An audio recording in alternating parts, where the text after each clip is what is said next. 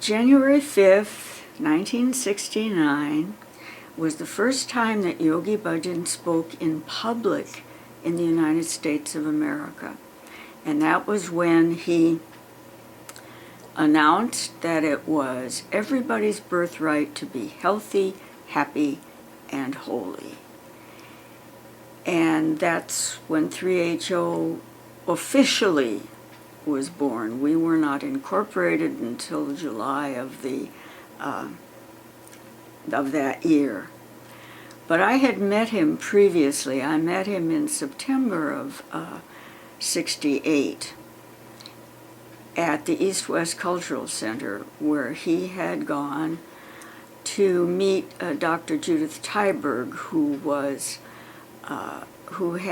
invited all kinds of swamis and yogis, and any spiritual person who came to town went there, and she'd have them lecture on a Sunday.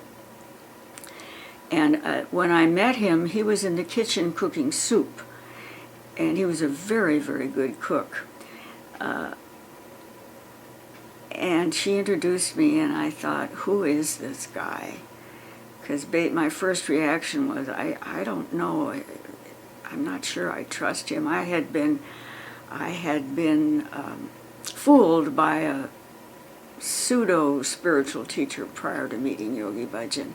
And I'd lost a home and spent a lot of money. But as I got to know Yogi Bhajan, I noticed that he had the most beautiful brown eyes with so much kindness in them. And so little by little, I started to trust him. It took a while. And he told me that, he said, you've been betrayed. He said, I'll make it up to you. And he certainly did. It was the best press agent that anybody could ever want. He said, you are going to be the mother of 3HO. I said, oh, no, I've already had my son. I don't want to be anybody's mother. I argued with him about everything, but of course he was always right. I think partially I was sort of like a test case, that if he could do anything with me, anything was possible with these crazy Americans. It was the era, well, let's face it, the hippies, the flower children, and practically everybody who came to class, and everybody that we met, except Yogi Bhajan, and for me, everybody else had taken drugs. And he said, you can get just as high, if not higher, on Kundalini Yoga, and it's legal and there are no bad side effects. And it's very transformational, because the kids who had been taking the drugs were doing it not just to party, they were trying to alter consciousness. It was an era of a change in consciousnness. But the way they were doing it, of course, was destroying their brains, and with alcohol, of course, wrecking their livers. And so he taught in such a way, he never said to anyone, don't do this or don't do that. He'd say, if you do this, this is what will happen. If you do that, that will happen. And he would give people a choice. And the thing that he had that was unique and still is unique on the planet was total acceptance and love, a divine love of everyone. It's an impersonal sort of thing that sees the soul in you and nourishes that and gives it every opportunity to grow and to glow so that each person's potential can be realized. He said, you have a right to be healthy, happy, and holy, and Kundalini Yoga is the method. This is the technology to use. And so we started, and he said, I have not come to get disciples. He says, I'm not going to initiate anyone. In Kundalini Yoga, you initiate yourself. And he almost, I'm not sure if he said exactly, but if you're too stupid to do it, then you don't belong here. But he said he had come to train teachers. And so I was probably the first teacher that he trained here in the United States. And I remember the way I started teaching. He was teaching at Yoga West, and started in and got a little way into it, and then he looked at me, he said, "Okay, now you teach the class," and he walked out of the room. And I was terrified. I thought, well, I better do Ong Namo, Gurudev Namo. And then I remember at the end, I couldn't remember the melody for the Long Time Sunshine song. By the way, that song was a gift to him from, I forget the name of the group that originated it, but that's how we started using it at the end of all of the yoga classes.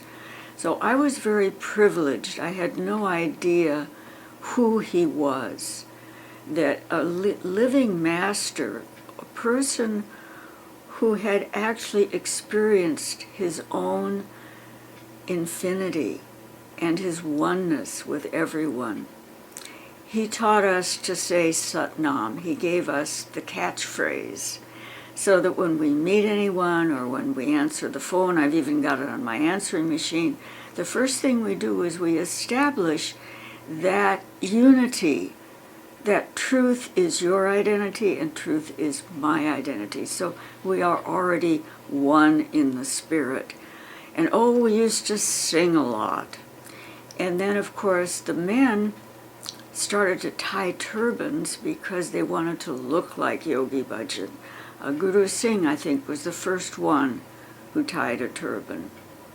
And then I forget whether it was when they came back from India. I didn't go to India with him. He took a group with him.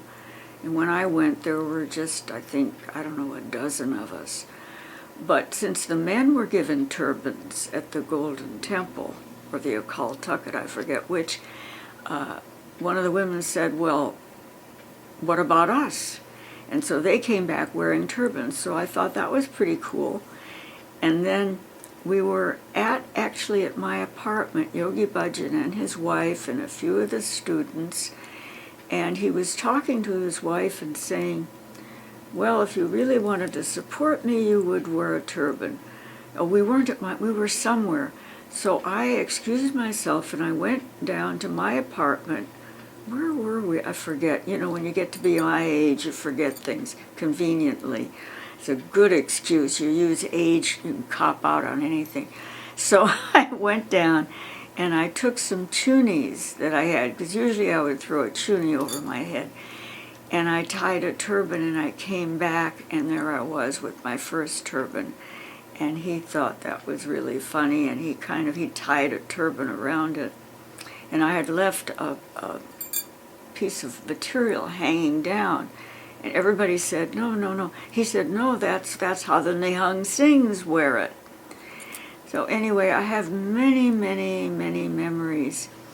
Everything that he said would happen, happened. He never wanted to be known as a prophet, but he was. And he said, the time will come when people in the world are going to be going crazy. And we have certainly seen that in recent days. And then he said, people will be knocking at your doors wanting to learn Kundalini Yoga, and it's going to spread all over the world. And this was when I was so proud. I remember I kept a little map, and we had 8 centers in different cities. Started out here, then New Mexico, Washington, D.C., but everything that he said has come to be. So he based his behavior in his life on the lives of the gurus. He told us, Guru Nanak, for instance, Nanak's name means no, no. He never said no to anything. Whatever came his way, he accepted it. He accepted everyone. He gave us the reasons for letting our hair grow long. The flower children were already doing it, but they didn't know why. And he would give us the scientific reasons for doing things.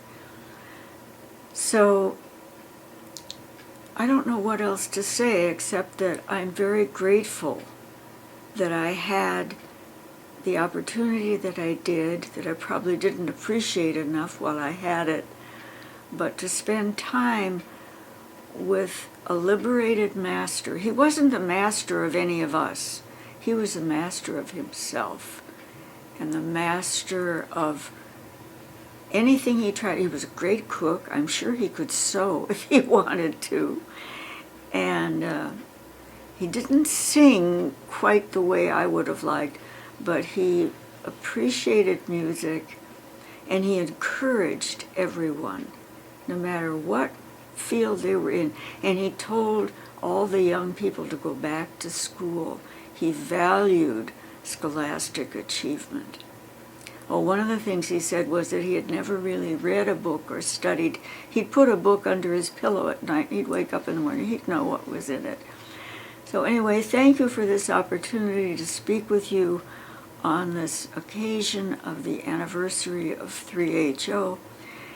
As he said, he wasn't interested in having an organization, but rather to create a healthy, happy, holy family of people who would not live just with each other, and certainly not at each other, but for each other. And I have seen the amazing kindness and generosity and the true spirit that still lives on even to this day. Thank you for your time and your attention. Sat Nam.